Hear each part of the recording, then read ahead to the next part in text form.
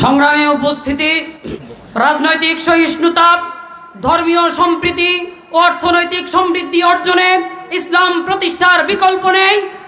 এই প্রতিপাদ্যকে সামনে নিয়ে আয়োজিত আজকের এই কেন্দ্রীয় সম্মেলনে এই পর্যায়ে গুরুত্বপূর্ণ বক্তব্য নিয়ে আসছেন ইসলামী আন্দোলন বাংলাদেশের সংগ্রামী সিনিয়র নায়েবে আমির মুফতি সৈয়দ মোহাম্মদ ফয়জুল করিম শায়েখ চরমোনাই।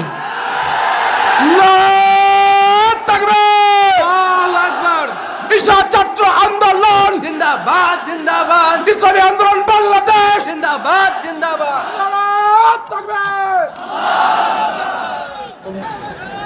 নাহমাদু নুসাল্লি আলা রাসূলিহিল কারীম, আম্মা বাদ, ফাআউযু বিল্লাহি মিনাশ শাইতানির রাজীম, বিসমিল্লাহির রহমানির রহিম।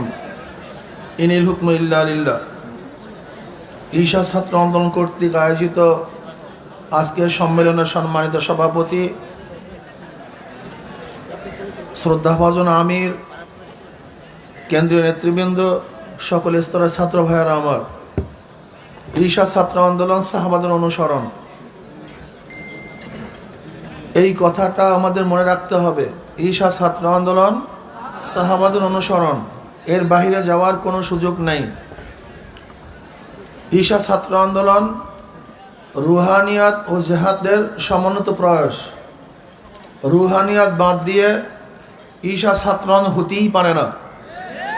কাজে কেউ যদি মনে করেন রুহানিয়াতের প্রয়োজন নাই, শুধু সংগ্রাম করব, আন্দোলন করব, তাহলে মনে করব এক খেসুরি মাকড়া সংগঠন হবে, যেই সংগঠনের মূল উদ্দেশ্য থেকে অনেক দূরে সরে যাবে। কাজে রুহানিয়াতকে বাদ দেওয়ার কোনো সুযোগ নাই ঈশা ছাত্র আন্দোলনের।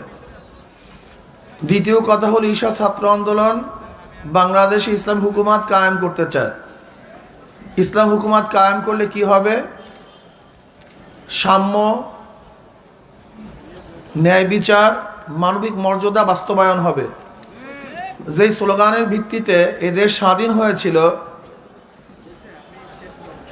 সেই স্লোগানই রয়ে গেছে, আমরা বাস্তবে দেখতে পারি নাই।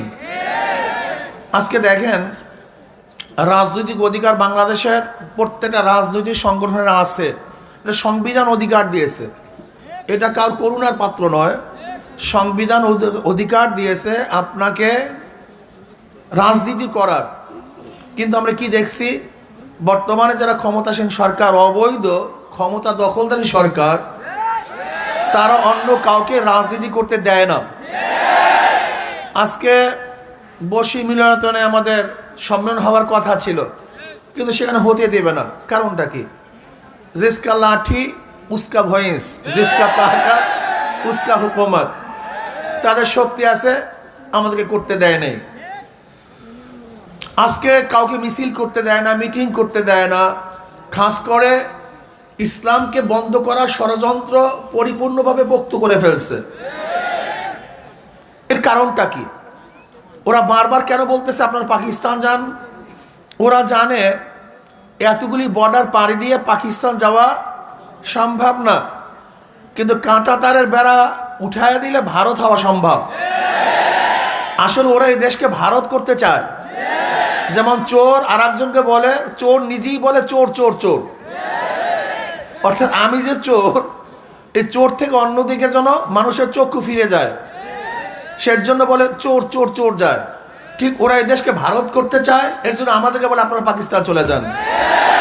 বলেন তো, ভারতের মধ্যে বাংলাদেশের পার্থক্যটা কি? সংবিধানে, ভারতের সংবিধানের মধ্যে 4টা মূলনীতি: সমাজতন্ত্রবাদ, জাতীয়তাবাদ, গণতন্ত্রবাদ, ধর্মনিরপেক্ষবাদ। আমাদের 72-এর সংবিধানেও একই মূলনীতি। ওদের অপসংস্কৃতি, আমাদের দেশেও অপসংস্কৃতি। ওরা ইসলামকে পছন্দ করে না, আমাদের দেশের কিছু মানুষ ইসলামকে পছন্দ করে না। তাহলে পার্থক্যটা কোথায়? পার্থক্য হল ইসলাম। ওদের দেশ ইসলামিক নয়, আমাদের দেশ ইসলামিক। এখন যদি ইসলামিক শব্দটা তুলে দেওয়া যায়, তাহলে ভারতের মধ্যে আমাদের কোনো পার্থক্য থাকবে না। এর জন্যই ওরা ইসলামের উপরে ক্ষিপ্ত হয়েছে। ইসলামকে হটাও, আলেম থেকে হটাও, মসজিদ ভেঙে দাও, মাদ্রাসা বন্ধ করে দাও, আজকে ইসলাম থেকে মৌলবাদী বলে উৎখাত করার চক্রান্ত করো।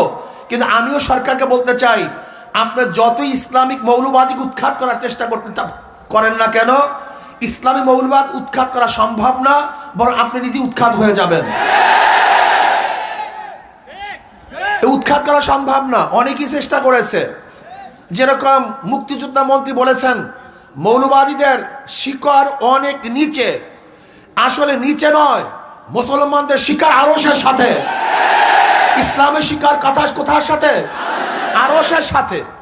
এ কোনো গভীরের শিকড় নয়, এটা কেউ তুলতে পারবেন না, তোলা সম্ভব না। কাজে আমি সরকারকে বলবো, আপনি ইসলাম নিয়ে যে চক্রান্ত শুরু করেছেন, এই চক্রান্তের মাধ্যমে আপনি ফাঁদে পড়বেন। আমার বিশ্বাস নিশ্চিতভাবে সরকারের আশেপাশে সরকারের বিরুদ্ধের কিছু লোক আছে, যারা চায় সরকার ইসলামের সাথে সংঘাত সৃষ্টি করে গদির থেকে নামিয়ে দিতে, এইটা চাইতেছে। কিন্তু আমি বলবো, আপনার সুবুদ্ধি উদয় হোক, ইসলামকে ধ্বংস করার চক্রান্ত করবেন না, আলেম ওলামাদেরকে রুখে দেওয়ার চক্রান্ত করবেন না। আজকে মাহফিল বন্ধের যে ষড়যন্ত্র করতেছেন, এই ষড়যন্ত্র বন্ধ করুন। এদেশে মাহফিলের অনুমতি দিয়ে দেন। ওলামায়ে কেরামের রাজনীতি করার অনুমতি আছে, ওলামায়ে কেরাম বুক ফুলিয়ে হাঁটার অধিকার আছে।